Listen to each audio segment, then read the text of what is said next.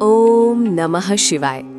श्रोते हो, आज मी तुम्हाला एका अशा अभागी परंतु अत्यंत निष्ठावान आत्म्याची कथा सांगणार आहे, ज्याचे नाव इतिहासाच्या सुवर्ण पानांवर फारसे चमकले नाही, पण ज्याचे प्रेम आणि त्याग सूर्यासारखा प्रखर होता.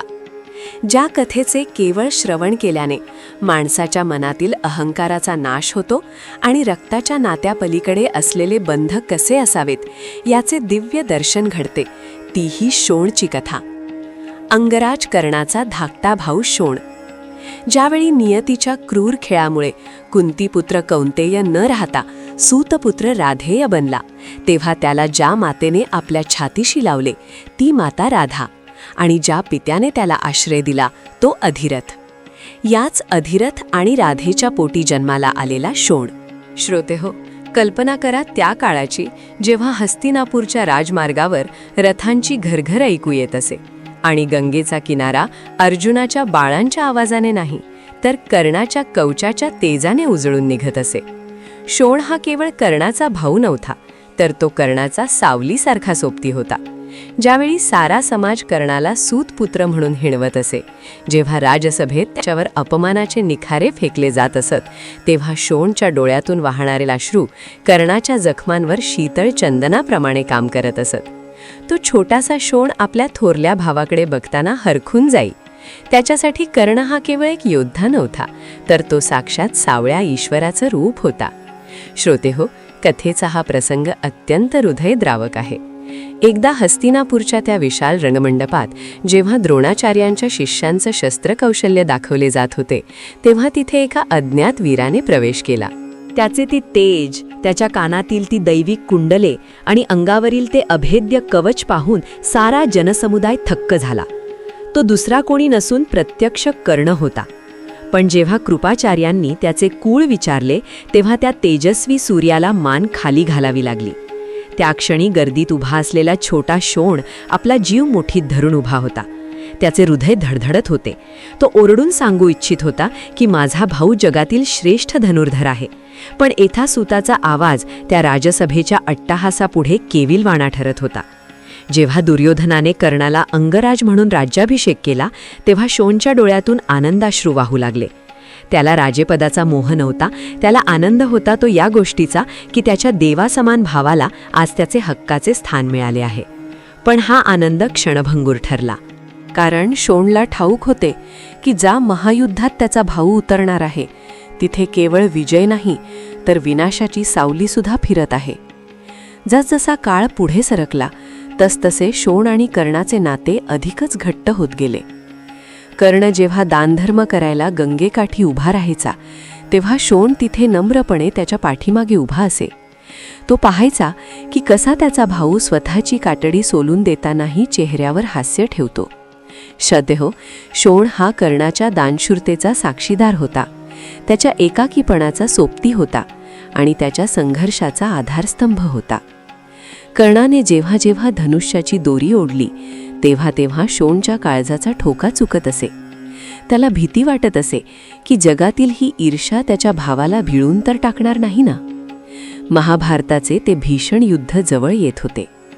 कुरुक्षेत्राच्या त्या रणभूमीवर रक्ताच्या नद्या वाहणार होत्या.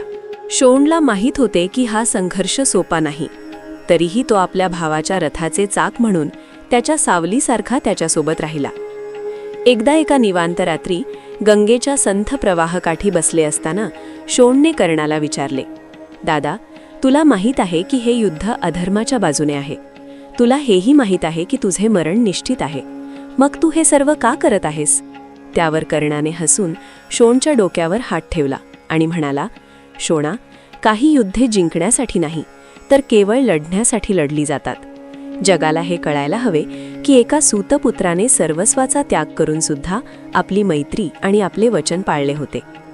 शोणच्या डोळ्यांतून पुन्हा अश्रूंच्या धारा वाहू लागल्या.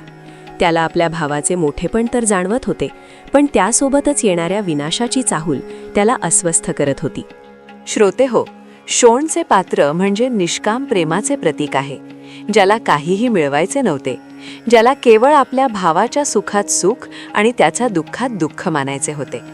तो कर्णाचा केवळ भाऊ नव्हता, तर तो त्याचा पहिला आणि सर्वात मोठा भक्त होता, ज्याने कर्णाला राधेय म्हणून स्वीकारले आणि त्याच्या प्रत्येक संकटात त्याच्या सोबतीला उभा राहिला.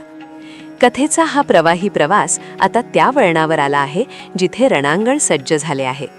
श्रोतेहो, कथेचा हा अध्याय आता त्या रणभूमीवर पोहोचला आहे जिथे रक्ताचे सडे पडणार होते आणि नात्यांच्या मर्यादा ओलांडल्या जाणार होत्या.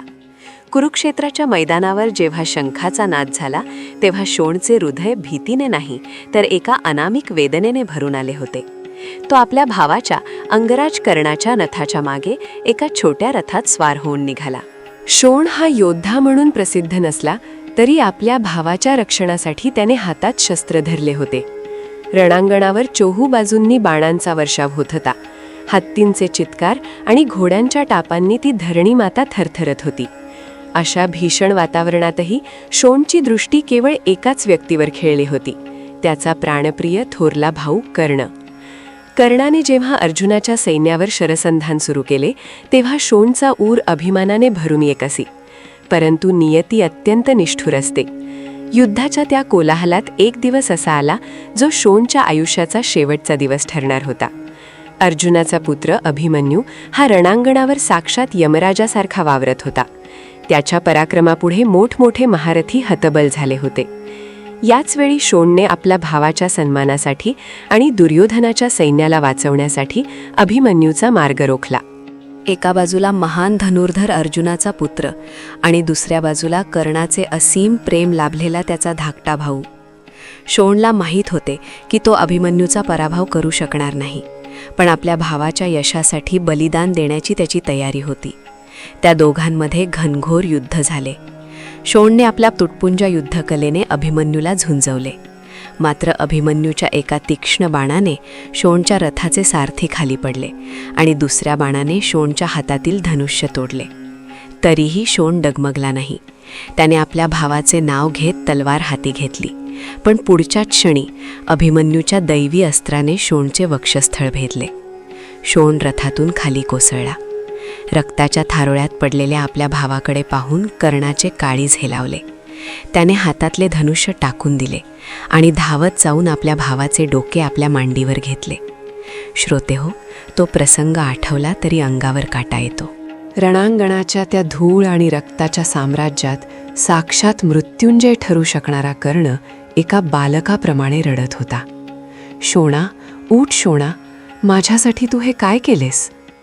कर्णाच्या डोळ्यांतून वाहणाऱ्या अश्रूंनी शोणचा चेहरा भिजला. मरणासन्न अवस्थेत असलेल्या शोणने डोळे उघडले. त्याच्या चेहऱ्यावर एक अलौकिक समाधान होते. त्याने थरथरत्या हाताने कर्णाचा हात पकडला आणि क्षीण आवाजात म्हणाला, दादा, रडू नकोस. मला अभिमान आहे की मी तुझ्या आधी या जगाचा निरोप घेत आहे. मला भीती होती की तुझे मरण मला पाहावे लागेल, पण देवाने माझ्यावर कृपा केली. मी तुझ्या कुशीत प्राण सोडत आहे. यापेक्षा मोठे भाग्य सूतपुत्राच्या भावासाठी काय असू शकते? दादा, तू सूर्यपुत्र आहेस. तुझा विजय निश्चित आहे. एवढे बोलून शोणचे प्राणोत्क्रमण झाले. कर्णाचे अरण्य रुदन पाहून आकाशही हेलावले असेल. ज्या भावाने आयुष्यभर सावली दिली तो आज कायमचा अंधारात निघून गेला होता. कर्णाने शोणच्या मृत्यूनंतर जो रुद्र अवतार धारण केला तो पाहून पांडव सैन्यही हादरले. शोणचा मृत्यू हा कर्णाच्या जीवनातील सर्वात मोठा आघात होता. त्याने आपल्या भावाचा अंत्यसंधी स्वतःच्या हाताने केला आणि गंगेच्या पात्रात तर्पण करताना शपथ घेतली की तो या अन्यायाचा बदला घेईल. पण श्रोतेहो, शोणची कथा केवळ युद्धापुरती मर्यादित नाही. ती कथा आहे एका अशा निष्ठेची जिथे भावाचं प्रेम रक्ताच्या नात्यापेक्षा श्रेष्ठ ठरते. शोणला कधीही राज्य नको होते. त्याला सोन्याची कवच कुंडले नको होती. त्याला हवा होता तो फक्त त्याच्या भावाचा सहवास.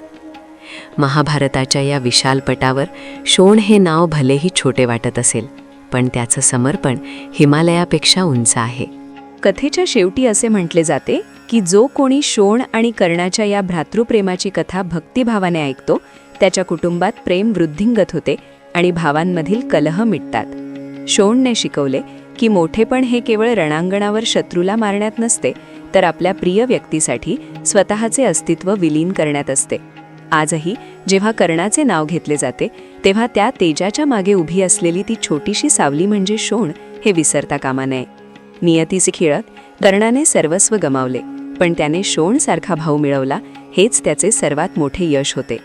अशा या थोर बलिदानाला आणि भ्रातृप्रेमाला आपण सर्व मिळून नमन करूया. शोणची ही कथा मनाच्या गाभाऱ्यात साठवून ठेवा, कारण ही केवळ एक गोष्ट नाही, तर ते मानवी मूल्यांचे एक जिवंत प्रतीक आहे. ज्याप्रमाणे रात्रीच्या अंधारानंतर सूर्य उगवतो, त्याप्रमाणे शोणचे बलिदान कर्णाच्या आयुष्यात एक आध्यात्मिक प्रकाश देऊन गेले. हीच खरी फलश्रुती की प्रेमासाठी दिलेले बलिदान कधीही व्यर्थ जात नाही. इति श्री महाभारत कथांतर्गत शोण कर्ण भ्रातृप्रेम कथा समाप्त. शुभम भवतु. मला आशा आहे की हा व्हिडिओ तुम्हाला नक्की आवडला असेल. व्हिडिओ आवडला असेल तर एक लाईक नक्की करा आणि कमेंटमध्ये जय श्री कृष्ण नक्की लिहा.